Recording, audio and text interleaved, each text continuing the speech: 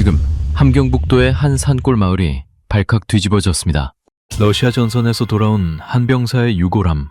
그 유골함 안에서 아들의 것이 아닌 물건이 나왔다고 합니다.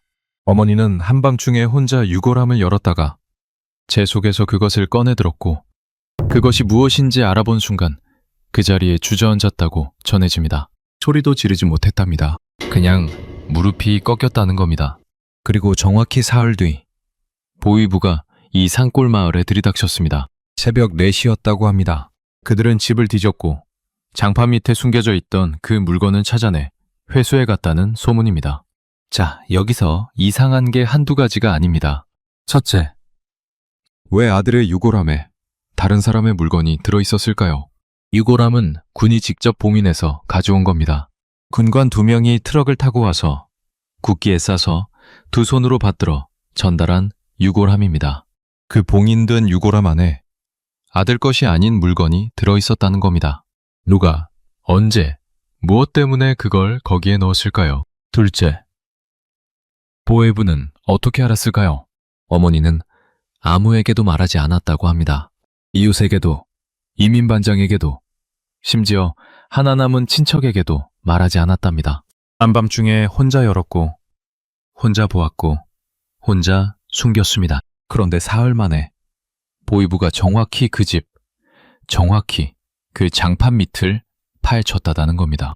마치 그 유골함 안에 무엇이 들어있는지 처음부터 알고 있었던 것처럼 말입니다. 셋째, 이게 제일 이상한 대목인데 그 물건이 회수된 뒤에 그냥 도 보위국에서 끝난 게 아니라 평양까지 올라갔다는 소문이 돈다는 겁니다. 함경북도 산골 마을에 장판 밑에서 나온 물건 하나가 중앙까지 직보됐다는 이야기입니다. 일개 병사의 유골함에서 나온 물건 하나에 왜 평양이 움직였을까요? 오늘 그 유골함 속 물건의 정체부터 공개합니다.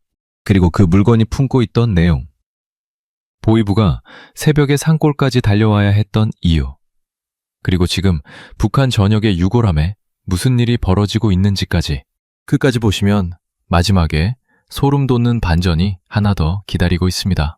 시작합니다. 2026년 봄이었다고 합니다. 함경북도 회령에서도 한참을 더 들어가야 나오는 산골 마을. 행정구역상 미 단위로 100가구가 채 안 되는 마을이었답니다.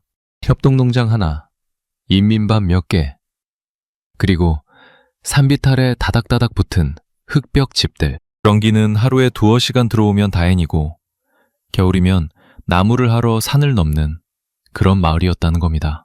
그 마을에 군용 트럭이 들어온 건 오후 3시쯤이었다고 전해집니다. 산골 마을에 군용 트럭이 들어오는 일 자체가 드뭅니다. 아이들이 먼저 달려나갔고 어른들은 문틈으로 내다봤답니다. 트럭에서 군관 2명이 내렸습니다. 한 명은 군복 위에 정복 외투를 걸쳤고 한 명은 흰 장갑을 끼고 있었다고 합니다. 그리고 흰 장갑을 낀 군관의 두 손에 붉은 천으로 싼 상자 하나가 들려 있었답니다. 마을 사람들은 그게 뭔지 한눈에 알았다고 합니다. 유골함이었습니다. 이 마을에서 러시아에 간 청년은 한 명뿐이었으니까요. 박씨 성을 가진 어머니의 외아들. 이 영상에서는 그 청년을 철주라고 부르겠습니다. 물론 가명입니다. 25살. 군복무 7년차에 러시아 파병에 차출됐고 2025년 가을에 떠났습니다. 그리고 2026년 봄에 붉은 천에 쌓인 상자가 되어 돌아온 겁니다. 군관들은 어머니의 집 마당에 상을 펴게 했답니다. 인민 반장이 동원됐고 리당 비서가 달려왔고 협동농장 관리위원장까지 불려왔다고 합니다. 그리고 마당에서 약식 의식이 치러졌습니다. 군관이 문건을 읽었답니다. 조국의 명예를 빛내고 국제주의적 의무를 수행하다가 영웅적으로 희생됐다는 그런 문구였다고 전해집니다. 어머니에게는 유골함과 함께 훈장 하나, 표창장 1장, 그리고 영웅의 가족 증서가 전달됐다는 겁니다. 그런데 이 장면을 지켜본 마을 사람들이 하나같이 이상하다고 느낀 게 있었답니다. 보이지 못하게 했다는 겁니다. 어머니가 유골함을 받아드는 순간 다리가 풀려서 주저앉으려 하자 옆에 있던 군관이 팔을 붙잡아 일으켜 세웠다고 합니다. 그리고 낮은 목소리로 뭐라고 말했답니다. 멀리 있던 사람들에게는 들리지 않았지만 바로 옆에 서 있던 인민반장이 나중에 술자리에서 흘린 말로는 이랬다는 겁니다. 영웅의 어머니는 우는 게 아닙니다. 자랑스러워 하셔야 합니다. 아들이 죽어서 돌아왔는데 자랑스러워하라는 겁니다. 눈물은 불만의 표시가 되고 불만의 표시는 곧 당의 결정에 대한 동요가 되니까요. 그래서 어머니는 그날 마당에서 한 방울도 울지 못했다고 합니다. 입술을 깨물고 유골함을 받아들고 허리를 굽혀 인사까지 했답니다. 아들을 데려간 사람들에게 말입니다. 군관들은 떠나기 전에 어머니에게 서류 한 장을 내밀었다고 합니다. 그게 뭐였는지는 조금 뒤에 말씀드리겠습니다. 이 서류 한 장이 오늘 이야기에 아주 중요한 열쇠가 되니까요. 자, 그런데 철주는 애초에 어떻게 러시아까지 가게 됐을까요? 시간을 1년 반쯤 뒤로 돌려보겠습니다. 2024년 가을부터 북한군의 러시아 파병이 시작됐다는 건 이미 전 세계가 다 아는 사실입니다. 이건 외신도, 한국 정보당국도, 러시아 쪽 소식통도 모두 확인한 부분입니다. 그런데 그 파병 병력이 어떻게 채워졌는지, 그 선발 과정에서 무슨 일이 있었는지는 잘 알려져 있지 않습니다. 지금부터 나오는 이야기는 국경 너머로 흘러나온 소문들, 탈북민 사회에서 도는 카더라, 그리고 현지 소식통발 전원들을 엮은 겁니다. 그러니까 그대로 믿으시면 안 되고 이런 이야기가 돌고 있다. 그 정도로 들어주시기 바랍니다. 처음에 파병 차출 소문이 부대에 돌았을 때 분위기가 둘로 갈렸다고 합니다. 하나는 공포였습니다. 전쟁터에 간다는 거니까요. 그것도 남의 나라 전쟁터에. 말도 안 통하는 군대 밑에 들어가서 싸운다는 거니까요. 그런데 다른 하나는 놀랍게도 기회였다고 합니다. 왜냐? 약속이 따라붙었기 때문입니다. 차출되는 병사들에게 제시된 조건이 어마어마했다는 겁니다. 첫째, 입당 보장. 돌아오면 무조건 조선노동당 당원이 된다. 둘째, 가족 배급 격상. 파병 기간 동안 가족들에게 식량 배급과 명절 공급을 최우선으로 보장한다. 셋째, 외화수당. 한 달에 달러로 수당이 나오고 그 일부가 가족에게 송금된다. 넷째, 제대 후 대학 추천과 도시 배치 우선권. 북한에서 입당이 뭔지 아셔야 이 약속의 무게가 보입니다. 당원증이 있느냐 없느냐로 인생이 갈리는 사회입니다. 출신 성분이 낮은 집안의 자식에게 입당은 신분 세탁의 거의 유일한 사다리입니다. 그 사다리를 러시아에 갔다 오기만 하면 준다는 겁니다. 그래서 일부 부대에서는 자원자가 몰렸다는 이야기까지 있습니다. 죽으러 가는 줄에 서겠다고 손을 든 청년들이 있었다는 겁니다. 그만큼 절박했다는 거죠. 평생을 바닥에서 살아온 집의 아들들에게는 목숨을 걸고서라도 잡아야 할 동아줄로 보였다는 겁니다. 그런데 여기서부터가 진짜 북한답습니다. 선발이 시작되자 뒷문이 열렸다는 겁니다. 핵심 계층 자제들, 그러니까 간부집 아들들, 돈주집 아들들은 차출 명단에서 빠지기 시작했다는 소문입니다. 방법은 간단했답니다. 권혜권에게 찔러주고 신체 검사에서 떨어지거나 간부에게 찔러주고 명단에서 이름이 지워지거나 한 명을 빼는데 들어간 돈이 부르는 게 값이었다는 이야기도 있습니다. 그리고 그렇게 빠진 자리는 뒤를 봐줄 사람이 아무도 없는 집 아들들로 채워졌다는 겁니다. 이 선발 장사가 어디까지 갔는지 조금 더 구체적인 이야기들도 국경을 넘어왔습니다. 어느 부대에서는 신체 검사 전날 밤 군의관 숙소 앞에 줄이 생겼다는 겁니다. 담배 보루를 든 부모, 술병을 든 삼촌, 달러 봉투를 품은 돈줄집 심부름꾼까지. 다음날 검사에서 멀쩡하던 청년들이 줄줄이 심장잡음에 시력 미달 판정을 받았답니다. 하루아침에 환자가 된 겁니다. 반대로 폐가 안 좋아 후반 근무를 하던 병사가 갑자기 합격 판정을 받고 명단에 올랐다는 이야기도 있습니다. 빠진 자리는 비워둘 수 없으니 누군가는 메워야 했던 것이요. 명단 바꿔치기 수법도 돌았다고 합니다. 차출 명단이 연대에서 사단으로 올라가는 사이에 이름이 바뀌는 겁니다. 글자 한자만 고치면 되는 일이었답니다. 같은 성씨에 비슷한 이름을 가진 병사가 영문도 모르고 대신 끌려간 경우가 있었다는 섬뜩한 이야기까지 있습니다. 자기가 아니라고 항의했더니 명단에 있으니 가라는 답이 돌아왔다는 겁니다. 종이에 적힌 이름이 사람보다 셌던 겁니다. 값도 전해집니다. 처음에는 옥수수 몇백 킬로 값이면 됐다는데 전사 소식이 한 건, 두 건 들려오기 시작하자 값이 천정부지로 뛰었답니다. 나중에는 집 한 채 값을 불러도 자리가 없었다는 말까지 나옵니다. 죽음의 확률이 시세에 반영된 겁니다. 그리고 이 시세를 제일 정확히 알던 게 누구겠습니까? 명단을 쥔 간부들입니다. 청년들의 목숨이 오가는 명단이 간부들에게는 가을거지 같은 벌이 철이었다는 이야기죠. 물론 이것도 전부 확인 불가능한 전언입니다. 다만 탈북민 사회에서 군복무를 해본 사람들은 하나같이 고개를 끄덕이는다고 합니다. 그 군대라면 그러고도 남는다고 말입니다. 철주가 바로 그런 경우였다고 합니다. 아버지는 일찍 세상을 떠났고 어머니 혼자 협동농장에서 일하며 키운 외아들. 출신 성부는 동묘계층, 집안의 군관도, 당 간부도, 돈주도 없는 집, 빼달라고 찔러줄 돈은커녕 찔러줄 곳이 어딘지도 모르는 집. 그런 집 아들이 명단에 올랐고 명단에 오른 그대로 확정됐다는 겁니다. 그런데 정작 철주 본인은 어머니에게 보낸 편지에서 이렇게 썼다고 합니다. 어머니, 걱정 마십시오. 일 없습니다. 갔다 오면 나는 당원이 됩니다. 어머니는 영웅의 어머니가 됩니다. 월급도 1등으로 나온답니다. 내가 돌아오면 어머니 고생은 끝납니다. 물론 이 편지는 검열을 거친 편지입니다. 북한군 편지는 전부 검열됩니다. 무서운 이야기, 불안한 이야기는 애초에 쓸 수가 없습니다. 그러니 이 문장들이 철주의 진심이었는지, 검열을 통과하기 위한 문장이었는지, 아니면 어머니를 안심시키려는 거짓말이었는지는 알 수 없습니다. 다만 어머니는 이 편지를 받고 사흘을 울었다고 합니다. 그리고 그 편지를 장롱 깊숙이 아들 사진 밑에 넣어뒀답니다. 2025년 가을, 철주가 떠나던 날에 대해서도 전해지는 이야기가 있습니다. 가족 면회도, 환송도 없었답니다.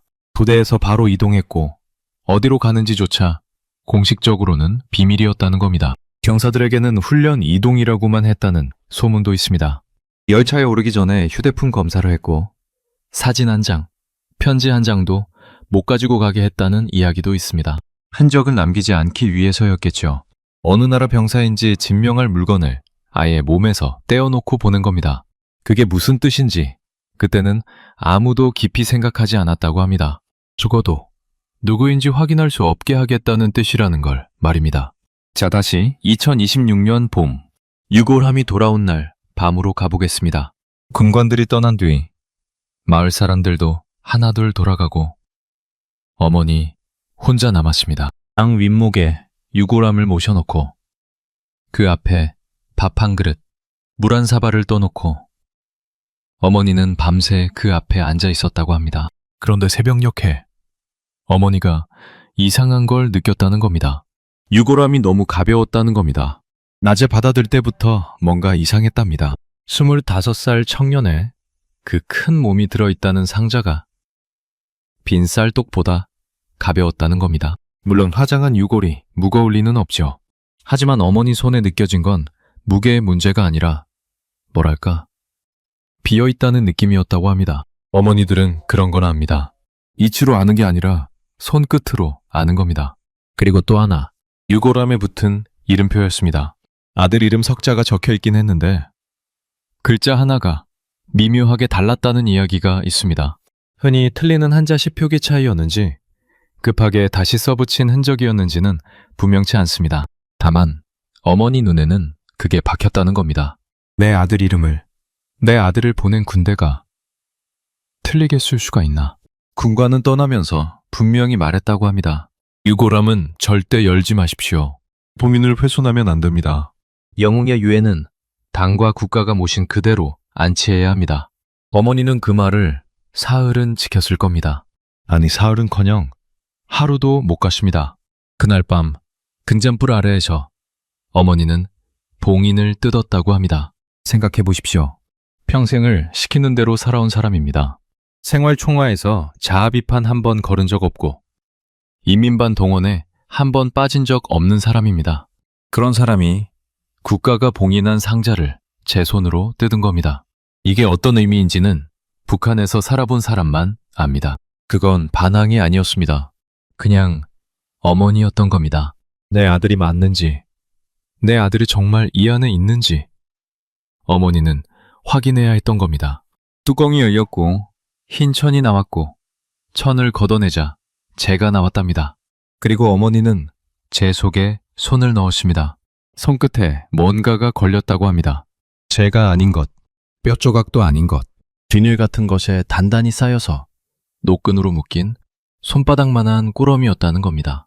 어머니는 그걸 꺼내셔 등잔불 가까이 가져가셔 비닐을 풀었습니다. 그리고 그 안에 든 것을 본 순간 그 자리에 주저앉았다고 합니다. 그게 뭐였는지는 조금만 더 기다려 주십시오. 약속드린 대로 오늘 다 공개합니다. 다만 먼저 보셔야 할 게 있습니다. 그 물건이 어머니 손에 들어오고 나서 벌어진 일. 그게 이 물건의 정체보다 먼저 와야 이야기가 맞춰지기 때문입니다. 어머니는 그 꾸러미를 도로 싸지 않았다고 합니다. 차마 제 속에 도로 넣을 수가 없었답니다. 대신 방바닥 장판을 들추고 그 밑에 깔린 신문지 사이에 그것을 넣고 장판을 도로 덮었습니다. 그리고 유골함은 원래대로 봉해서 윗목에 모셨습니다. 그 밤 이를 아는 사람은 세상에 어머니 하나뿐이었습니다. 그런데 사흘 뒤 새벽 4시 마을 어귀에 차 2대가 들어왔습니다. 한 대는 도 보위국 번호판, 한 대는 군 번호판이었다고 합니다. 내린 사람은 6, 보유웨이브 지도원 2, 군복 입은 3, 그리고 사복 하나. 그 사복이 제일 무서운 사람이었다는 이야기가 있습니다. 평양에서 내려온 사람이었다는 소문인데 이건 뒤에서 다시 말씀드리겠습니다. 그들은 곧장 어머니 집으로 갔습니다. 이 대목이 중요합니다. 마을 사람들을 깨워서 묻지도 않았고 인민반장을 앞세우지도 않았고 이 집 저 집 뒤지지도 않았습니다. 곧장 한치의 망설임도 없이 어머니 집으로 갔다는 겁니다. 그리고 들어가서 한 일이 더 무섭습니다. 집을 뒤지긴 뒤졌는데 순서가 이상했답니다. 악농이나 부엌이 아니라 방에 들어서자마자 장판부터 들췄다는 겁니다. 마치 어디에 숨겼는지 알고 온 사람들처럼 말입니다. 장판 밑에서 꾸러미가 나왔고 사복 입은 자가 그걸 확인했고 가방에 넣었답니다. 그리고 유골함까지 가져가려 했다는 이야기가 있습니다. 어머니가 유골함을 끌어안고 놓지 않아서 한참 실랑이가 벌어졌고 결국 유골함은 두고 갔다는 소문입니다. 대신 그 자리에서 유골함을 다시 열어 채를 전부 헤집어 확인하고 갔답니다. 어머니가 보는 앞에서 흰 장갑 낀 손으로 아들의 채를 휘저은 겁니다. 어머니는 그 길로 같이 끌려갔습니다. 군 보위국 조사를 닷새 받았다는 이야기도 있고 일회 받았다는 이야기도 있습니다. 무엇을 받느냐? 내용을 읽었느냐? 누구에게 말했느냐? 베껴둔 것은 없느냐? 같은 질문이 수백 번 반복됐다는 겁니다. 자, 여기서 아까 그 질문으로 돌아갑니다. 보혜부는 어떻게 알았을까요? 어머니는 아무에게도 말하지 않았습니다. 그런데 그들은 꾸러미의 존재만 안 게 아니라 그게 장판 밑에 있다는 것까지 알았습니다. 이 마을에는 도청장치가 있을 만한 시설도 없습니다. 그렇다면 답은 하나로 좁혀집니다. 그들은 처음부터 알고 있었던 겁니다.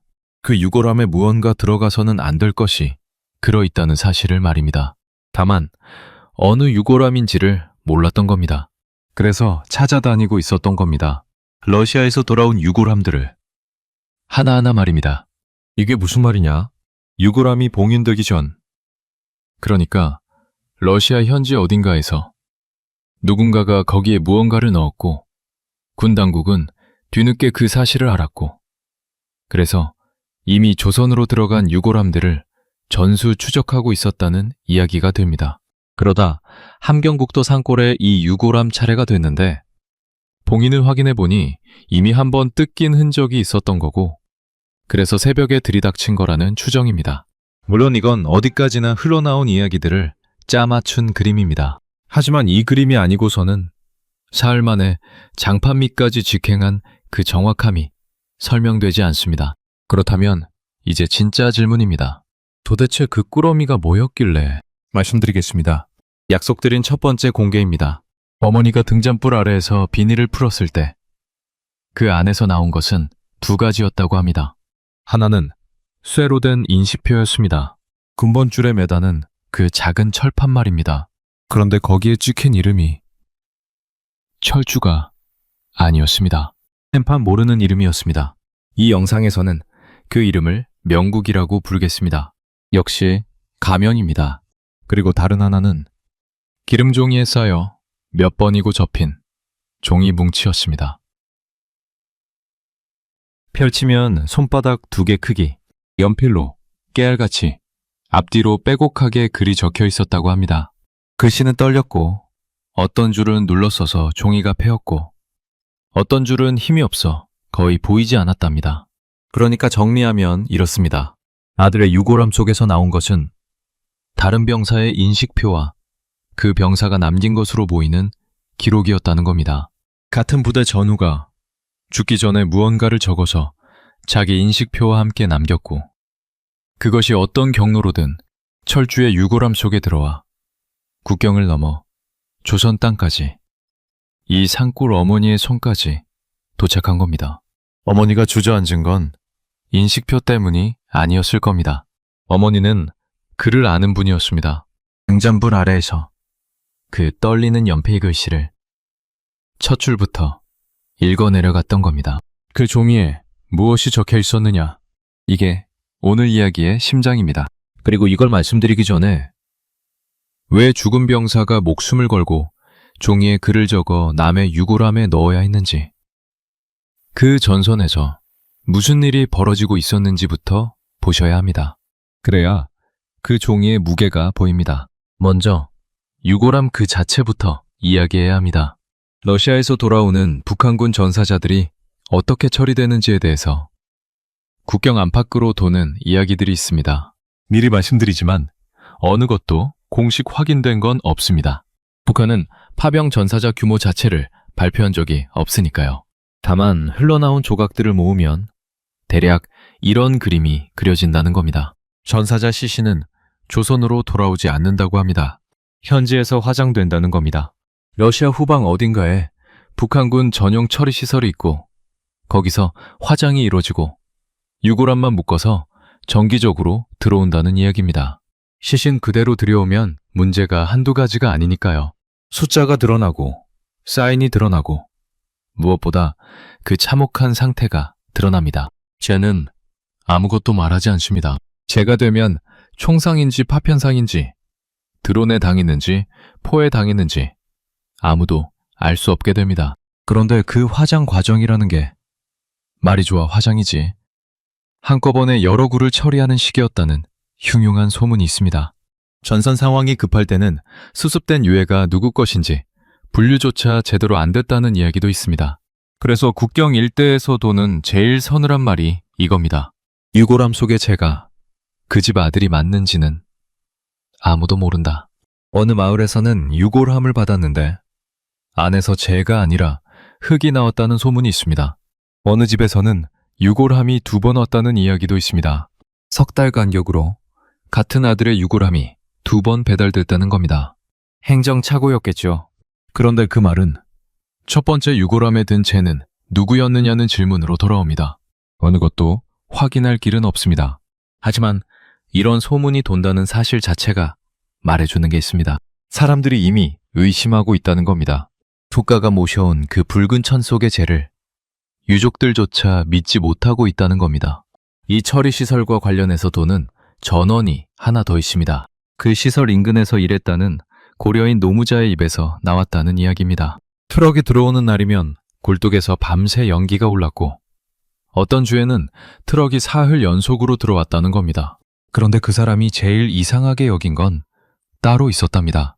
함이 나가는 숫자가 들어오는 숫자보다 늘 적었다는 겁니다.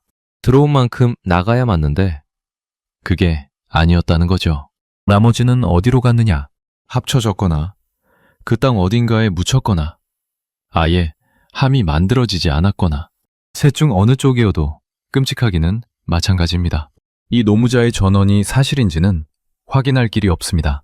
몇 다리를 건너온 이야기고 건널 때마다 살이 붙었을 겁니다. 다만 이 전원이 앞서 말씀드린 그 말, 유골함 속의 제가 그 집 아들이 맞는지 아무도 모른다는 그 말과 정확히 맞아떨어진다는 게 서늘한 부분입니다. 자, 그런 유골함이 마을마다 도착하기 시작했습니다. 2025년 겨울부터 2026년 봄 사이 함경도와 량강도, 평안도의 군 단위마다 유골함 행렬이 이어졌다는 이야기가 있습니다. 향군에서 한 달에 몇 가구씩, 조용히 한 집씩 한 집씩, 그리고 유골함과 함께 반드시 따라오는 게 있었답니다. 아까 말씀드린 그 서류 한 장입니다. 군관들이 떠나기 전 어머니에게 내밀었다는 그 서류. 그게 뭐였느냐? 유족들 사이에서는 침묵 서약서라고 불린다는 문건입니다. 공식 명칭은 다르겠죠. 비밀 준수 서약. 뭐 그런 딱딱한 이름일 겁니다. 내용은 대략 이렇다고 전해집니다. 아들의 사망 경위, 복무지역, 부대 사항에 대해 일절 발설하지 않는다. 외부 인원과 접촉하여 관련 내용을 언급하지 않는다. 장례는 지정된 절차에 따라 간소히 치른다. 위반 시 영웅가족 대우가 취소되며 법적 책임을 진다. 서명하면 받는 게 있습니다. 보상이 나온다는 겁니다. 이게 또 묘합니다. 집집마다 받은 게 달랐다는 이야기가 있거든요. 어느 집은 달러 뭉치를 받았다고 하고, 어느 집은 중국제 텔레비전이 들어왔다고 하고, 어느 집은 재봉틀에 쌀 몇 가마였다는 이야기도 있습니다. 식량 배급 1등 공급 딱지가 나온 집도 있답니다. 죽은 아들값이 텔레비전 한 대인 셈입니다. 그런데 그 텔레비전이 마을에서 부러움을 샀다는 게 이 체제의 제일 잔인한 부분입니다. 영웅의 집이라고, 보상 나온 집이라고 이웃들이 수근거리며 부러워했다는 겁니다. 아들을 잃은 어머니가 아들 목숨값으로 받은 텔레비전 때문에 마을에 부러움을 사는 풍경. 이게 지금 북한 산골에서 벌어지고 있다는 풍경입니다. 울음 이야기를 조금 더 해야겠습니다. 장례에서 곡을 못하게 했다는 이야기는 한 마을의 일이 아니랍니다. 여러 곳에서 같은 증언이 겹칩니다. 영웅의 장례는 슬픔의 자리가 아니라 충성의 자리여야 한다는 거죠. 리당에서 사람이 나와 장례를 지켜봤다는 곳도 있습니다. 누가 우는지, 누가 무슨 말을 하는지 지켜보는 눈이 있었다는 겁니다. 양강도 쪽 어느 마을에서 있었다는 일입니다. 아들 유골함을 받은 아버지가 장례 뒤 술자리에서 딱 한마디를 했답니다. 무슨 영웅이가 내 죽음이지. 그 자리에 있던 사람은 넷이었답니다. 사흘 뒤에 그 아버지는 사라졌습니다. 군 보위부에 끌려갔다는 소문만 남고 몇 달이 지나도록 돌아오지 않았다는 겁니다. 남은 가족들은 영웅가족 대우가 끊겼고 마을 사람들은 그 집과 말을 섞지 않게 됐답니다. 넷 중 누가 보고했는지는 끝내 알 수 없었고, 그래서 그 마을에서는 이제 술자리에서 아무도 파병의 파자도 꺼내지 않는다고 합니다. 이게 침묵이 만들어지는 방식입니다. 서약서 한 장과 텔레비전 한 대와 사라진 아버지 한 명. 이 세 가지면 군 전체가 조용해집니다. 그런데 유족들 사이에서 벌어지는 일이 침묵 한 가지만은 아닙니다. 평안북도 쪽에서 전해진다는 장면이 하나 있습니다. 한 마을에 유골함이 석 달 사이 새 집에 도착했답니다. 새 어머니는 서로 아는 사이였습니다. 한 동네에서 아들들을 같이 키웠으니까요. 그런데 서약서에 묶인 뒤로는 서로 말을 못 섞게 됐다는 겁니다. 아들 이야기를 꺼내는 순간 누가 듣는지 모르니까요. 그새 어머니가 요즘 우물가에서 마주치면 아무 말 없이 서로의 손만 한 번씩 잡았다 놓는답니다. 그게 답니다. 손 한 번. 마을 사람들은 그걸 보고도 못 본 척 한다는 겁니다. 말로 하면 죄가 되는 위로를 손으로 주고받는 거죠. 약혼자가 있던 집 이야기도 있습니다. 혼례 날짜까지 받아놓고 떠난 청년이었답니다. 유골함이 오자 처녀 쪽 집에서 혼사를 없던 일로 하자고 했고, 처녀는 그 말을 따르는 듯 하더니 한 달에 한 번 장보러 나가는 길에 빙 둘러 그 집에 들러 마당만 쓸고 간다는 겁니다. 들어가지도 않고 인사도 없이 마당만 쓸고 간답니다. 시어머니가 될 뻔했던 사람과 며느리가 될 뻔했던 사람이 빗자루 하나로 맺어져 있는 셈입니다. 동생들 문제도 있습니다. 전사자의 남동생이 입대 연령이 되면 어떻게 되느냐? 영웅의 동생이니 우대해준다는 게 공식 입장인데, 정작 그 동생이 또 파병 차출 명단에 올랐다는 집이 있다는 이야기가 돕니다. 한 집에서 둘을 데려가려 한 겁니다. 어머니가 군사동원부 앞에 들어누웠고 일이 시끄러워질 기미가 보이자 명단에서 뺐다는 결말로 전해집니다만 이것도 확인할 길은 없습니다. 다만 이 이야기를 옮기는 사람들이 하나같이 덧붙이는 말이 있답니다. 첫째 유골함이 온 집은 둘째를 군대에 안 보내려고 무슨 짓이든 한다고 말입니다. 영웅의 가족이 제일 먼저 체제를 못 믿게 된다는 겁니다. 훈장을 준 집부터 등을 돌리는 구조. 이게 지금 군 단위마다 조용히 쌓이고 있다는 이야기입니다.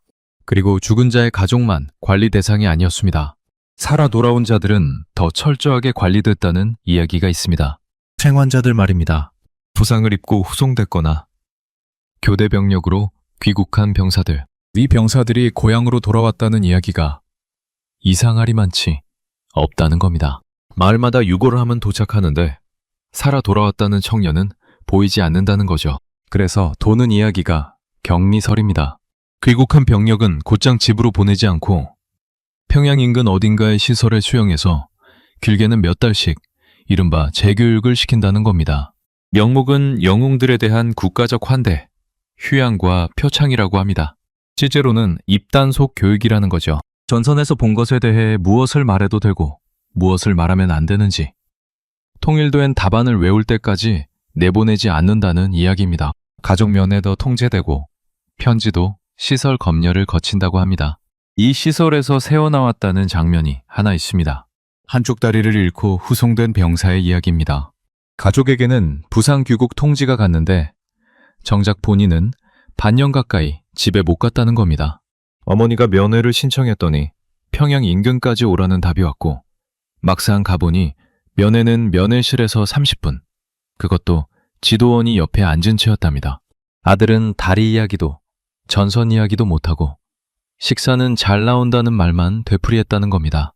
어머니가 다리는 어쩌다 그랬느냐고 묻자 아들이 지도원을 한번 쳐다보고 나서 훈련 중에 다쳤다고 답했답니다. 러시아 전선에서 돌아온 병사가 훈련 중에 다쳤다고 말입니다.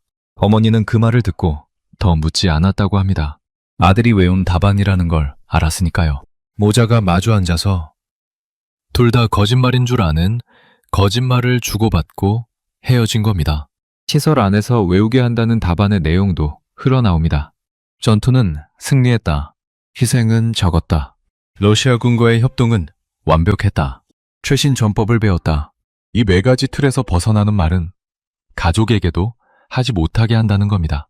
답안 암기가 끝났는지 확인하는 모의 면담까지 있다는 이야기도 있습니다. 지도원이 가족 역할을 맡아 이것저것 캐묻고 답이 틀에서 벗어나면 교육기간이 밀어난다는 거죠. 전쟁에서 살아 돌아온 청년들이 거짓말 시험에 합격해야 집에 갈 수 있는 겁니다. 그리고 그 시험에 합격하지 못한 병사들. 그러니까 답안을 외우다가도 자꾸 진짜 기억이 새어나오는 병사들은 어떻게 되느냐. 고향이 아니라 더 깊은 어딘가로 보내진다는 흉흉한 말이 시설 담장 안에서 돈다고 합니다. 물론 이것까지 확인된 건 아무것도 없습니다. 왜 이렇게까지 하느냐? 답은 간단합니다. 그들이 본 것이 국가가 말하는 것과 너무 다르기 때문입니다. 국가는 영웅적 승리를 말합니다. 국제주의 의무의 빛나는 수행을 말합니다. 그런데 돌아온 병사들의 눈에 담긴 건 그게 아니었던 겁니다. 그 눈에 담긴 게 입 밖으로 나오는 순간 약속받은 입당도, 배급도, 영웅 칭호도 전부 거짓의 다른 이름이라는 게 드러나니까요. 그러면 그들이 본 것은 도대체 무엇이었느냐? 여기서 아까 그 종이로 돌아갑니다. 영국의 종이, 죽은 병사가 연필로 눌러쓴 앞뒤로 빼곡한 그 기록 말입니다. 격리된 생원자들의 입은 막을 수 있었습니다. 그런데 죽은 자의 연필은 미처 막지 못했던 겁니다. 이제 약속드린 두 번째 공개입니다. 그 종이에 적혀 있었다는 내용입니다. 미리 말씀드립니다. 지금부터 나오는 내용은 그 종이를 직접 본 사람의 입에서 나온 게 아닙니다. 그 종이는 보위부가 회수해갔고 원본을 본 사람은 어머니와 회수해간 자들 뿐입니다. 다만 어머니가 조사받는 과정에서 진술한 내용이 조사관들 사이에서 새어나왔다는 이야기가 있고 비슷한 시기에 국경을 넘어온 다른 기록들과 생환자발 전원들이 이 내용과 겹친다는 겁니다. 그 겹치는 조각들을 모은 게 지금부터의 이야기입니다. 그러니 한 글자 한 글자가 그 종이의 원문이라고 믿지는 마시고 그 종이에 담겼을 전선의 풍경이라고 생각하고 들어주십시오. 종이는 날짜도 없이 이렇게 시작했다고 합니다. 이 글을 읽는 분이 누구신지 모릅니다. 나는 조선에서 온 군인입니다. 내가 본 것을 적습니다. 거짓말은 한 줄도 없습니다. 첫 번째로 적혀 있던 것, 드론이었습니다. 종이의 절반이 드론 이야기였다고 합니다. 하늘에서 우는 소리가 나면 그걸로 끝이라는 겁니다. 모기 소리 같기도 하고 발동기 소리 같기도 한 그 소리가 머리 위에서 들리면 뛰어도 소용없고 엎드려도 소용없다고 적혀 있었답니다. 드론이 사람을 따라온다는 걸 처음에는 아무도 믿지 않았다는 겁니다. 조선에서 받은 훈련에는 그런 게 없었으니까요. 샤모를 파고 위장을 하면 된다고 배웠는데 하늘에서 내려다보는 눈에는 위장이고 뭐고 없었다는 겁니다. 그런데 진짜 문제는 드론이 아니라 드론 앞으로 사람을 내보내는 방식이었다고 합니다. 개활지 돌격, 눈 덮인 벌판을, 엄폐물 하나 없는 그 벌판을 소총 한 자루 들고 뛰어서 건너는 임무가 반복됐다는 겁니다. 러시아 군대가 못하겠다고 고개를 젓는 구간에 조선 병사들이 투입됐다는 이야기. 이건 외신에서도 여러 번 다뤄진 부분입니다. 종이에는 이렇게 적혀 있었다고 전해집니다. 우리가 앞에 뜨면 드론이 우리한테 옵니다. 우리한테 오는 동안 뒤에서 저쪽 포 위치를 찾습니다. 우리는 미끼입니다. 처음에는 몰랐는데 세 번째 돌격에서 알았습니다. 다 알면서도 띱니다. 안 뛰면 뒤에서 쏘기 때문입니다. 이 마지막 문장은 잠시 뒤에 다시 나옵니다. 뒤에서 쏜다는 말입니다. 두 번째로 적혀 있던 것, 말이었습니다. 말이 안 통한다는 것. 지휘는 러시아 군관이 하는데 통역이 없었다는 겁니다. 정확히는 대대에 한두 명 있다는 통역이 전선 소대까지는 내려오지 않았다는 거죠. 명령은 러시아 말로 떨어지고 손짓과 지도 한 장으로 임무를 받았다는 겁니다. 좌표를 잘못 알아들은 소대가 아군 포격 지점으로 걸어 들어갔다는 대목이 있었다고 합니다. 한 개 소대가 그렇게 사라졌는데 전사보고에는 적의 포격으로 적혔다는 겁니다. 적의 포에 죽으나 아군의 포에 죽으나 죽음은 같습니다. 그런데 가족에게 가는 종이에는 영웅적 전투 중 희생이라고 적힌다는 거죠. 죽음의 이유조차 거짓으로 포장된다는 걸 명국은 그 소대의 이야기로 적어 놓았던 겁니다. 종이에는 먹는 이야기도 적혀 있었다고 합니다. 배가 고팠다는 겁니다. 러시아군 배식이 나오긴 나오는데 말이 안 통하는 줄서기에서 늘 뒤로 밀렸고 보급이 끊기는 주가 있었고 그럴 때면 눈을 녹여 마시며 마른 빵 한 덩이로 며칠을 버텼다는 대목이 있었답니다. 조선에서 챙겨온 고추장 한 통을 소대원들이 아껴가며 손가락으로 찍어 먹었다는 구절도 있었다는데 그 고추장이 바닥난 날 막내가 울었다고 적혀 있었답니다. 포탄에는 안 울던 아이들이 고추장 바닥에 울었다는 겁니다. 추위 이야기도 있었습니다. 지급된 방한복이 종이장처럼 얇아서 죽은 러시아 병사의 외투를 벗겨 입는 게 일이었다는 겁니다. 처음에는 다들 꺼렸는데 한 달이 지나니 아무도 안 꺼리게 됐답니다. 동상으로 발가락을 잃은 병사들이 전투 손실에도 못 끼고 후방 어딘가로 사라졌다는 대목도 있었다고 전해집니다. 타에 맞아야 영웅이지. 얼어서는 영웅도 못 된다는 자조 섞인 문장이 적혀 있었다는 겁니다. 그리고 약이 없었답니다. 부상자가 나오면 지혈다가 하나로 버티는데 후송 차량은 러시아 부상병부터 채우고 자리가 남아야 조선병사 차례였다는 내용이 있었다고 합니다. 살 수 있었던 아이들이 차례를 기다리다 갔다는 겁니다. 영국의 글씨가 그 대목에서 처음으로 크게 흐트러져 있었다고 어머니의 진술을 전해 들었다는 쪽에서 말했답니다. 세 번째, 아까 그 문장입니다. 안 뛰면 뒤에서 쏜다. 도망병 처리에 대한 대목이었습니다. 전선을 이탈하다 잡힌 병사들이 어떻게 됐는지가 적혀 있었다고 합니다. 본복이라는 말이 있었답니다. 부대원들이 보는 앞에서 처리됐다는 뜻으로 읽히는 대목이었다는 겁니다. 자세한 묘사는 여기서 옮기지 않겠습니다. 다만 종이에는 그렇게 처리된 병사들의 숫자와 그중 한 명의 나이가 적혀 있었다고 합니다. 19이었답니다. 그리고 그 옆에 이렇게 적혀 있었다는 겁니다. 그 아이는 도망친 게 아니고 길을 잃은 거였습니다. 다들 알고 있었습니다. 부대원 전원이 알고 있었지만 아무도 말하지 못했고 19살은 도망병으로 기록됐다는 겁니다. 죽어서도 영웅이 못 되고 가족은 영웅 가족이 아니라 도주자 가족이 되겠죠. 월급도 보상도 그 텔레비전 한 대도 없이 낙인만 받았을 겁니다. 그리고 네 번째, 어쩌면 보위부가 새벽에 산골까지 달려온 진짜 이유, 숫자였습니다. 영국의 종이 마지막 장에는 글이 아니라 숫자가 적혀 있었다고 합니다. 경정자였답니다. 한 획에 한 명. 명국이 자기 눈으로 확인한 자기 부대의 전사자를 5명씩 묶어 세워온 표식 말입니다. 그 정자가 몇 줄이었는지, 정확한 숫자가 얼마였는지는 전해지는 이야기마다 다릅니다. 다만 모든 전원이 일치하는 부분이 하나 있습니다. 그 숫자가 부대에 공식 통보된 전사자 수의 몇 배였다는 겁니다. 사이가 나는 만큼의 죽음은 어디로 갔느냐? 행방불명으로, 훈련 중 사고로, 병사병수로, 심지어 아직 살아서 복무 중인 것으로 처리됐다는 이야기입니다. 살아있는 것으로 처리된 전사자의 가족에게는 유골함도 가지 않습니다. 그 가족은 지금도 아들이 러시아 어딘가에서 복무 중인 줄 알고 송금이 온다는 날짜를 기다리고 있을 거라는 겁니다. 이미 눈 덮인 벌판에서 죽은 아들을 말입니다. 생각해 보십시오. 드론 이야기, 통역 이야기, 처형 이야기. 이건 사실 전쟁터의 참산입니다. 끔찍하지만 전쟁이란 원래 그렇다고 둘러댈 수도 있는 이야기들입니다. 그런데 숫자는 다릅니다. 숫자 조작은 전쟁의 참상이 아니라 국가의 거짓말입니다. 그것도 문서로 남는 거짓말입니다.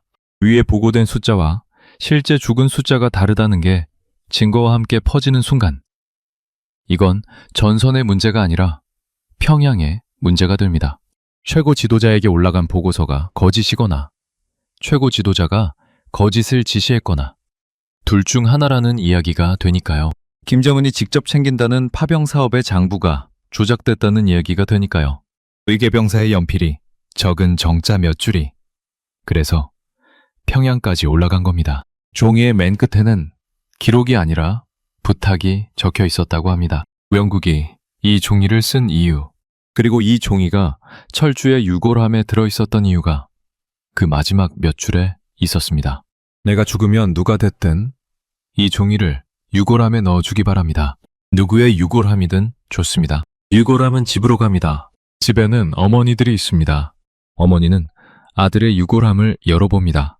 근데는 그걸 모르지만 우리는 압니다. 조선의 어머니들은 반드시 열어봅니다. 이 부탁이 실행된 겁니다.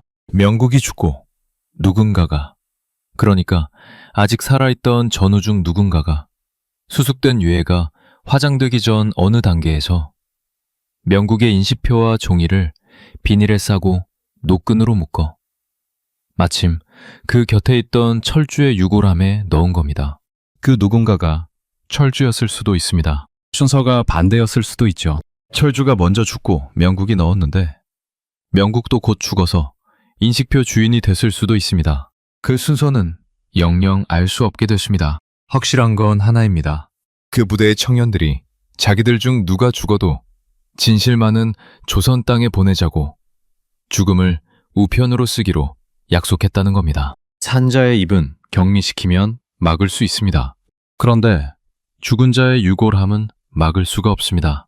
유골함은 국가가 직접 국기에 싸서 두 손으로 받들어 어머니들의 안방까지 배달해 주니까요. 국가의 가장 엄숙한 의전이 국가가 가장 숨기고 싶은 진실의 운반로가 된 겁니다.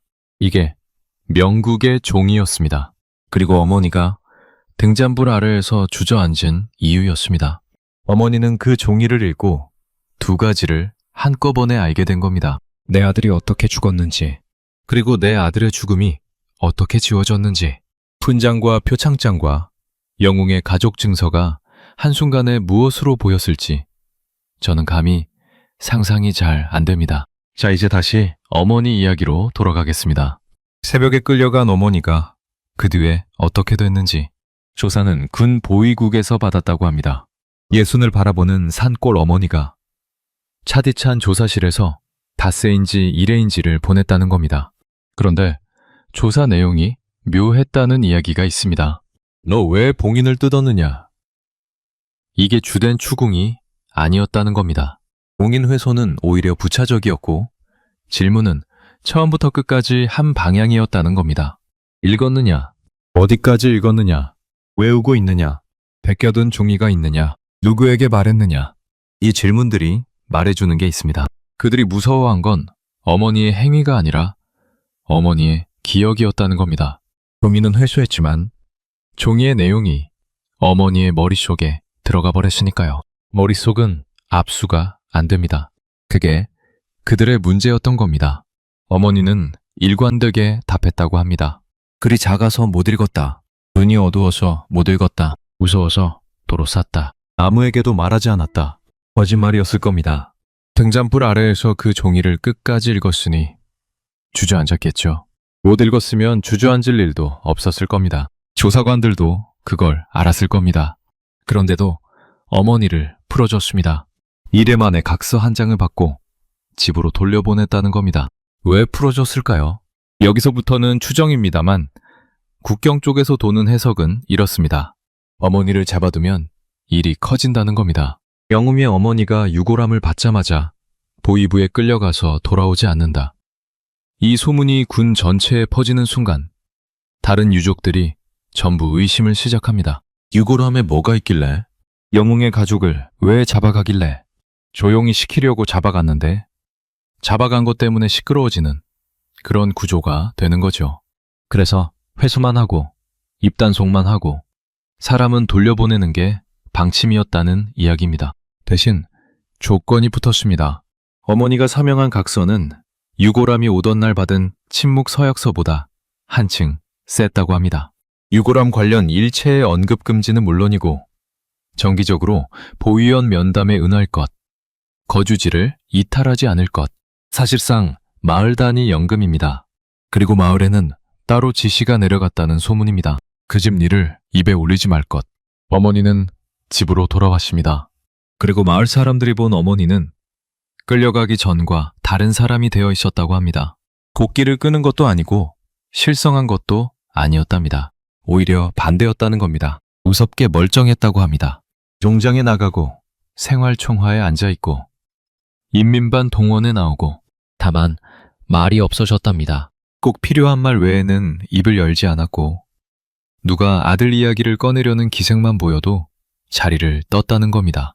그런데 밤이 되면 어머니 집에서 불빛이 새어나왔다고 합니다. 등잔불을 켜놓고 어머니가 밤 늦게까지 무언가를 하고 있더라는 겁니다. 옆집 사람이 어쩌다 문틈으로 본 풍경이 이랬답니다. 어머니가 윗목의 유골함 앞에 밥 2그릇을 떠놓고 앉아있더라는 겁니다. 2그릇 말입니다. 한 그릇은 철주의 것이겠죠. 그럼 다른 한 그릇은 누구의 것이겠습니까? 영국입니다. 얼굴도 모르는 생판 남의 집 아들, 제 아들의 유골함에 실려온 인시표 속에 그 이름. 어머니는 그 아이의 밥까지 떠놓고 있었던 겁니다. 어머니가 어쩌다 혼잣말처럼 흘린 한마디가 마을에 전해진다는데 이랬답니다. 그 아이도 어느 집 아들인데 제 집을 못 찾아가고 우리 철주한테 업해왔으니 내가 거두는 수밖에. 심파로 들으시면 안 됩니다. 이건 슬픈 이야기가 아니라 무서운 이야기입니다. 국가가 지으려고 한 이름을 한 어머니가 밥 한 그릇으로 매일 밤 되살리고 있는 겁니다. 보웨이부가 종이를 가져갔지만 그 종이에 적혀있던 이름 하나가 산골 윗목에서 매일 제사밥을 받고 있는 겁니다. 회수가 실패했다는 뜻입니다. 그것도 가장 조용한 방식으로 말입니다. 방롱 속 이야기도 해야겠습니다. 아들의 마지막 편지 말입니다. 어머니, 걱정 마십시오. 갔다 오면 나는 당원이 됩니다. 어머니는 영웅의 어머니가 됩니다. 내가 돌아오면 어머니 고생은 끝납니다. 이 편지를 어머니가 요즘도 꺼내 읽는다고 합니다. 그런데 읽는 어머니의 심정이 예전 같을 수가 없겠죠. 명국의 종이를 읽기 전에는 이 편지가 아들의 꿈이었습니다. 늙고 난 뒤에는 이 편지가 국가의 거짓말 목록이 된 겁니다. 입당 보장, 영음배우, 가족 배급, 한 줄 한 줄이 전부 눈 덮인 벌판으로 청년들을 내몰기 위해 만들어진 미끼였다는 걸 어머니는 이제 아는 겁니다. 드론 앞으로 내몰린 미끼가 되기 위해 미끼를 물었던 겁니다. 그리고 약속들은 실제로 어떻게 됐느냐? 이것도 흘러나온 이야기들이 있습니다. 입당 보장. 전사자에게는 추서 입당이라는 게 이루어지긴 한답니다. 죽은 다음에 당원을 시켜주는 거죠. 당원증이 유족에게 전달되는 경우도 있다는데 죽은 아들의 당원증이 어머니 장롱에서 무슨 의미가 있겠습니까? 살아서 받았어야 사달이었던 겁니다. 가족 배급 격상. 처음 몇 달은 나왔다고 합니다. 그런데 시간이 가면서 흐지부지된 집이 많다는 이야기가 있습니다. 격상은 문서에만 남고 실제 공급은 군내 사정에 따라 들쭉날쭉이었다는 거죠. 영웅 가족 증서를 들고 배급소에 가도 물건이 없으면 없는 겁니다. 외화수당 송금. 이게 제일 말이 많습니다. 병사 몫으로 책정된 수당의 대부분이 위에서 잘려나가고 가족 손에 쥐어진 건 푼돈이었다는 이야기가 파다합니다. 그 큰 돈이 다 어디로 갔느냐? 삼식고호실로 올라갔다는 말도 있고 군 상층부가 나눠 먹었다는 말도 있습니다. 이 돈 이야기는 그것만으로 영상 한 편이 나오는 주제라 다음에 따로 다루겠습니다. 그러니까 정리하면 이렇게 됩니다. 청년들은 약속을 믿고 갔고 약속은 죽은 다음에 종이로만 지켜졌고 돈은 위에서 사라졌고 진실은 봉인됐고 유족에게는 침묵 서약서와 텔레비전 한 대가 남은 겁니다. 이 거래의 전모를 함경북도 산골의 한 어머니가 세상에서 거의 유일하게 문서로 읽어버린 겁니다. 이제 평양 이야기를 해야 합니다. 그 꾸러미가 평양까지 올라갔다는 소문. 그게 무슨 의미인지 말입니다. 새벽에 들이닥친 6명 가운데 사복이 한 명 있었다고 말씀드렸죠. 두 보위국 사람들 사이에서도 그 사복에게는 말을 못 붙였다는 이야기가 있습니다. 직급이 위라서가 아니라 소속을 몰라서였답니다. 국가보위성 중앙에서 내려온 사람이라는 설도 있고 군 총정치국 쪽이라는 설도 있고 호위 계통이라는 설까지 있습니다. 어느 쪽이든 공통점은 하나입니다. 함경북도 산골마을의 장판 및 종이 한 장을 회수하는 일에 평양이 직접 사람을 보냈다는 겁니다. 그리고 회수된 꾸러미는 그날로 도청 소재지로 갔고 거기서 비행기인지 열차인지로 평양으로 올라갔다는 이야기가 있습니다. 위반 문서 행랑이 아니라 사람이 직접 들고 갔다는 거죠. 일개 병사가 연필로 쓴 종이 한 장이 국가 기밀문서의 의전을 받으며 수도로 올라간 겁니다. 왜 이 정도였느냐? 종이의 내용 때문만은 아니었을 거라는 게 중론입니다.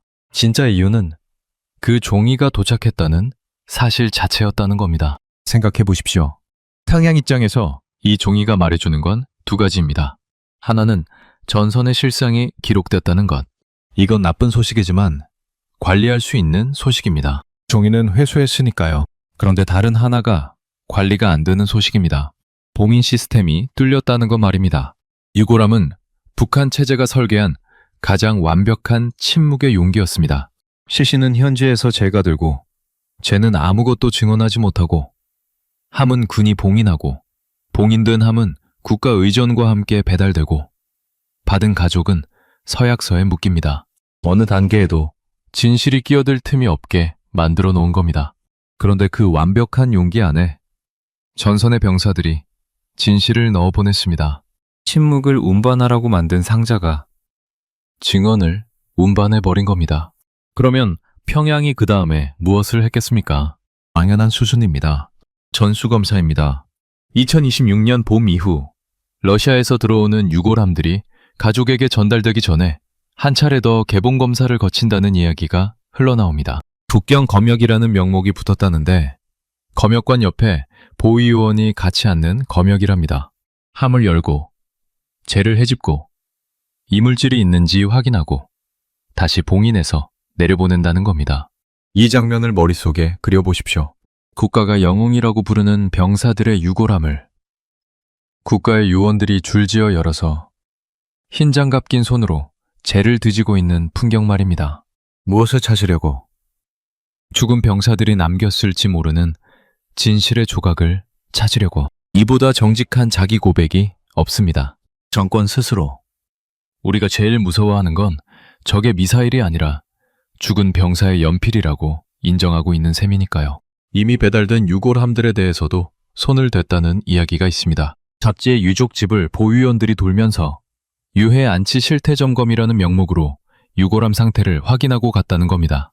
봉인이 뜯긴 흔적이 있는지를 본 거겠죠. 어느 집에서는 보위원이 다녀간 다음 날 유골함을 국가 차원에서 다시 모시겠다며 수거해 갔다는 흉흉한 소문도 있습니다. 아들의 재해마저 압수당한 셈입니다. 그런데 말입니다. 이 전수검사가 시작되면서 평양이 의도하지 않은 일이 같이 벌어졌습니다. 소문이 퍼지기 시작한 겁니다. 그것도 보위부가 제일 막고 싶었을 바로 그 방향으로 말입니다. 검사를 하려면 사람이 움직여야 합니다. 범역장이 만들어지고 요원이 배치되고 유족집에 보위원이 다녀갑니다. 사람이 움직이면 말이 새어나갑니다. 왜 유골함을 열어보느냐? 안에 뭐가 들었을까봐 그러느냐? 뭐가 들었는데? 그렇게 한 다리, 두 다리를 건너면서 함경북도 산골의 그 새벽 이야기가, 장판 및 종이 이야기가 살이 붙고 가지를 치며 퍼져나갔다는 겁니다. 장마당에서 도는 버전은 이미 전설이 됐다는 이야기도 있습니다. 어느 버전에서는 종이가 한 장이 아니라 수첩 한 권이고, 어느 버전에서는 전사자 명단 전체가 들어있었고, 어느 버전에서는 그 종이를 읽은 어머니가 통째로 외워버려서 보위부가 어쩌지 못한다고 합니다. 어느 것이 사실인지는 중요하지 않게 됐습니다. 사람들이 믿고 싶은 이야기가 된 거니까요. 국가의 봉인 속에 진실이 숨어 들어왔고, 어머니가 그것을 읽었고, 보위부도 사람의 기억까지는 빼앗지 못했다. 이 서사가 장마당 바닥을 타고 군에서 군으로 번지고 있다는 겁니다. 통제사회에서 소문이 어떻게 움직이는지 보여주는 대목이 하나 더 있습니다. 그 마을, 그러니까 철주 어머니의 마을에서는 그 일 이후로 아무도 그 일을 입에 올리지 않는다고 합니다. 그런데 동시에 마을 전체가 그 일을 안다고 합니다. 모순같이요? 모순이 아닙니다. 북한식 알매 방식입니다.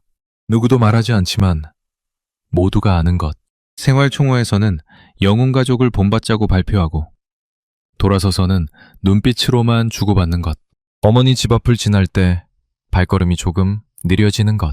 김장철을 누가 시키지도 않았는데 어머니 집 마당에 배추 몇 포기가 놓여 있는 것. 그게 그 마을 사람들이 진실을 안다고 말하는 방식이라는 겁니다. 보위부는 종이를 가져갔습니다. 그런데 가져간 자리에 남은 것이 있었던 겁니다. 종이보다 훨씬 회수하기 어려운 것. 모두가 알지만 아무도 말하지 않는 그건 말입니다. 그런데 여기서 끝이 아닙니다. 함경북도의 그 산골 마을이 처음이 아니었을지 모른다는 이야기가 있기 때문입니다.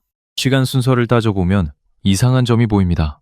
보위부가 어머니 집 장판 밑으로 직행할 수 있었던 건 유골함 안에 무언가 들어있을 수 있다는 걸 이미 알고 있었기 때문이라고 말씀드렸죠. 그렇다면 그들은 그걸 어떻게 알았을까요? 누가 가르쳐 줬을까요? 답은 하나밖에 없습니다. 이전에 같은 일이 있었던 겁니다. 양강도 쪽에서 도는 이야기가 있습니다. 2026년 겨울. 그러니까 함경북도건보다 몇 달 앞서서 어느 군의 유족집에서 비슷한 소동이 있었다는 겁니다. 그 집에서도 유골함에서 종이가 나왔는데 그 집 아버지는 어머니와 달리 그것을 혼자 간직하지 않았답니다. 믿을 만한 친척에게 보여줬다는 겁니다. 그 친척이 또 누군가에게 말했고, 사흘이 못 가서 군 전체에 소문이 돌았고, 보위부가 들이닥쳐 종이를 회수하고 그 집 식구들과 친척까지 줄줄이 끌려갔다는 이야기입니다. 그 뒤로 그 가족이 어떻게 됐는지는 전해지지 않습니다. 좋은 쪽은 아니었을 겁니다. 평안남도 쪽 버전도 있습니다. 거기서는 종이가 아니라 천 조각이었답니다. 군복 안감을 찢어서 거기에 글을 적었다는 겁니다. 종이는 검사에 걸려도 옷감은 재와 섞이면 눈에 안 띈다고 생각했던 거겠죠. 내용은 함경북도건과 겹칩니다. 부대 전사자 숫자, 그리고 가족들에게 미안하다는 말. 이 이야기들이 전부 사실일 가능성은 솔직히 높지 않습니다. 하나의 사건이 입을 타며 여러 지역 버전으로 분화한 것일 수도 있습니다. 소문이란 원래 그렇게 번식하니까요. 그런데 거꾸로 보면 어느 쪽이든 결론은 같습니다. 사실이라면 전선의 병사들이 곳곳에서 같은 방법을 쓰고 있다는 뜻입니다. 소문일 뿐이라면 북한 주민들이 그만큼 이 이야기를 사실이라고 믿을 준비가 되어 있다는 뜻입니다. 정권 입장에서는 어느 쪽이 더 무서울까요? 저는 후자가 더 무섭다고 봅니다. 진실 하나는 회수하면 끝나지만 믿을 준비가 된 민심은 회수할 방법이 없으니까요. 세만자 쪽에서도 균열의 조짐이 들립니다. 아까 격리시설 이야기를 했죠. 평양 인근 어딘가에서 귀국 병력이 재교육을 받는다는 그 시설 말입니다. 그 안의 분위기가 심상치 않다는 이야기가 새어나옵니다.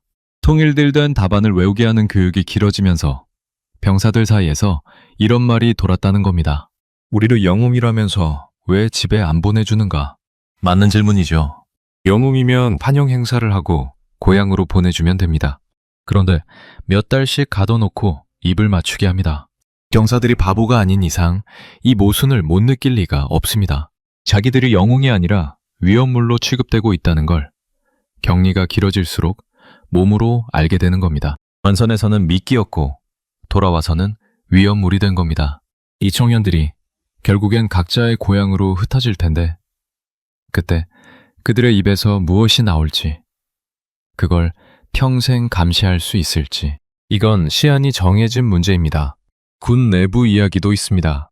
이게 어쩌면 제일 의미심장합니다. 유골함 전수검사에 동원된 하급 군관들, 유족집을 도는 보위원들, 그러니까 침묵을 관리하는 실무자들 말입니다. 이 사람들이 업무를 통해 알게 되는 겁니다. 유골함이 몇 개나 들어오는지, 공식 발표가 없는 전사자가 실제로 몇 명인지, 자기가 죄를 해집은 함이 몇 개째인지, 침묵을 지키라고 배치된 사람들이 그 업무 때문에 진실의 규모를 가장 정확하게 아는 사람들이 되어가는 역설입니다. 그리고 그들 중 누군가의 사촌이, 처남이 전선에 가 있습니다.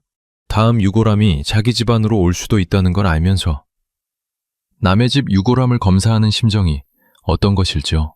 세자는 비밀을 지키기 위해 비밀 취급자를 늘렸고 비밀 취급자가 늘어날수록 비밀은 비밀이 아니게 되어갑니다. 이 악순환은 보위부의 유능함으로 풀 수 있는 문제가 아닙니다. 천수의 문제니까요. 여기까지가 한 병사의 유골함에서 시작된 파장입니다. 산골 마을 하나가 뒤집어졌고 평양에서 사람이 내려왔고 국경 검역장이 생겼고 장마당에 전설이 돌고 격리소가 술렁이고 검사관들이 흔들립니다. 연필로 쓴 종이 한 장의 일이라고 하기에는 파장이 너무 큽니다. 그런데 사실 진짜 무서운 이야기는 아직 시작도 안 했습니다. 오늘 영상 처음에 마지막에 소름 돋는 반전이 하나 더 있다고 말씀드렸죠. 지금부터가 그 이야기입니다. 함경국도의 그 종이, 명국의 종이를 다시 떠올려 보십시오.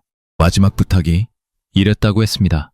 내가 죽으면 누가 됐든 이 종이를 유골함에 넣어주기 바랍니다. 누구의 유골함이든 좋습니다. 이 문장을 곰곰이 다시 읽어보면 이상한 데가 있습니다. 누가 됐든 누구의 유골함이든 이건 한 사람이 한 사람에게 남기는 부탁의 말투가 아닙니다. 이미 여러 명 사이에 합의된 약속을 확인하는 말투입니다. 맞는 사람이 정해져 있지 않아도 실행된다는 확신이 깔려있는 문장이니까요. 그 확신은 어디서 나왔겠습니까? 시스템이 있었던 겁니다. 그리고 2026년 들어 그 추정을 뒷받침하는 이야기가 국경을 넘어오기 시작했습니다. 회수된 종이가 한 장이 아니라는 겁니다. 보호의계통 내부에서 새어나왔다는 이야기로는 유골함에서 회수된 기록물이 지역을 달리해서 여러 건이라고 합니다. 숫자는 전하는 사람마다 다릅니다. 5건이라는 말도 있고 10건이 넘는다는 말도 있습니다. 중요한 건 숫자가 아니라 공통점입니다. 회수된 기록들의 내용 구성이 비슷하더라는 겁니다. 전사자 숫자 3기, 죽음의 경위, 그리고 유골함에 넣어달라는 같은 부탁, 양식이 있는 것처럼 말입니다. 무슨 뜻이냐? 전선 어딘가에서 누군가가 이 방법을 만들었고 그 방법이 병사들 사이에서 부대를 넘어 전파됐다는 뜻입니다. 죽기 전에 본 것을 적어라. 5씩 묶어 세워라. 기름 종이에 써라. 어느 유골함이든 넣어라. 조선의 어머니들은 반드시 열어본다. 이 요령이 참호에서 참호로, 입에서 입으로 번졌다는 이야기입니다. 이름까지 생겼다는 소문이 있습니다. 병사들끼리 그걸 뭐라고 부르냐면 집으로 가는 편지라고 부른답니다. 우편제도가 생긴 겁니다. 발신인은 죽은 자고, 우체부는 국가고, 수신인은 어머니들인 우편제도 말입니다. 국가가 봉이 나면 할수록 더 안전하게 배달되는 세상에서 가장 기괴한 우편제도입니다. 보웨이브가 검역장에서 100개의 유골함을 검사해서 100개를 다 걸러낸다 해도 101번째가 어딘가의 안방에 도착합니다. 다 걸러내도 문제는 끝나지 않습니다. 걸러낸 요원들이 그걸 읽으니까요. 읽은 사람의 머릿속은 압수가 안 된다는 것. 그건 함경북도의 어머니가 이미 증명했습니다. 자, 이제 이 그림이 무엇을 의미하는지 마지막으로 정리하겠습니다. 북한 정권은 지금까지 수많은 것을 통제해왔습니다. 라디오를 막았고, 휴대전화를 검열했고, 국경에 철조망을 쳤고, 한국 영상을 본 청년들을 공개 재판에 세웠습니다. 정보가 밖에서 안으로 들어오는 길을 막는 데는 솔직히 말해서 꽤 유능했습니다. 그런데 이번 것은 결이 다릅니다. 이건 밖에서 들어오는 정보가 아닙니다. 정권이 자기 손으로 보낸 청년들이 정권이 자기 손으로 봉인한 상자에 담아 정권이 자기 손으로 배달하는 진실입니다. 막으려면 유골함을 안 보내면 됩니다. 그런데 유골함을 안 보내면 그 순간 모든 유족이 적으로 돌아섭니다. 보내자니 진실이 새고 안 보내자니 민심이 터지는 겁니다. 정권이 설계한 침묵의 의전이 정권의 손목을 묶는 수갑이 된 겁니다. 그리고 이 모든 구조의 맨 밑바닥에 등잔불 아래에 그 장면이 있습니다. 군대는 그걸 모르지만 우리는 압니다. 조선의 어머니들은 반드시 열어봅니다. 전선의 청년들이 목숨 끝에서 걸었던 마지막 배팅이 이거였습니다. 국가의 봉인보다 어머니의 손이 세다는 것. 그리고 그 배팅은 적어도 함경북도의 한 산골 마을에서는 적중했습니다. 오늘 밤에도 그 마을 윗목에는 밥이 2그릇 올라갈 겁니다. 한 그릇은 돌아온 아들의 것이고 한 그릇은 돌아오지 못한 남의 집 아들의 것입니다. 보웨이브는 그 밥그릇을 압수할 방법이 없습니다. 죄목이 없으니까요. 어머니가 밥을 푸는 일을 막을 수 있는 법은 그 나라에도 아직 없습니다. 물론 다시 한번 말씀드립니다. 오늘 전해드린 이야기는 국경을 넘어온 소문과 전원들을 엮은 것이고 어디까지가 사실이고 어디부터가 살이 붙은 것인지 확인할 방법은 없습니다. 북한이 파병 전사자 명단을 공개하는 날이 와야 오늘 이야기의 진위도 가려질 겁니다. 다만 하나는 분명합니다. 2024년 가을 이후 수만 명의 북한 청년이 러시아 전선으로 갔고 그중 적지 않은 수가 돌아오지 못했고 북한 당국은 그 숫자를 지금까지 단 한 번도 제대로 밝힌 적이 없다는 것. 이건 소문이 아니라 사실입니다. 숫자를 숨기는 국가가 있는 한 숫자를 세는 병사의 연필은 계속 나올 겁니다. 자, 오늘 이야기는 여기까지인데 마지막으로 하나만 더 말씀드리고 끝내겠습니다. 기억하실지 모르겠습니다. 이 채널에서 다뤘던 평양의 그 만찬 말입니다. 시진핑이 평양을 다녀간 뒤로 북한 권부가 어떻게 출렁이고 있는지는 앞선 영상들에서 보셨을 겁니다. 그런데 그 만찬장에서 카메라가 꺼진 뒤에 시진핑이 김정은에게 직접 건넨 서류 봉투가 하나 있었다고 합니다. 통역도 물린 자리였답니다. 봉투는 그 자리에서 열리지 않았고 김정은이 직접 들고 나갔다는 겁니다. 그리고 그날 밤 39호실에 비상이 걸렸습니다. 당 자금을 관리하는 그 조직이 새벽까지 불을 켜고 무언가를 맞춰보고 있었다는 이야기가 있습니다. 그 봉투 안에 뭐가 들어있었길래 돈을 세는 조직이 밤을 새웠을까요? 오늘 영상에서 잠깐 스쳐간 그 질문. 파병 청년들의 수당이 다 어디로 갔느냐는 질문과 그 봉투가 무관하지 않다는 이야기가 있습니다.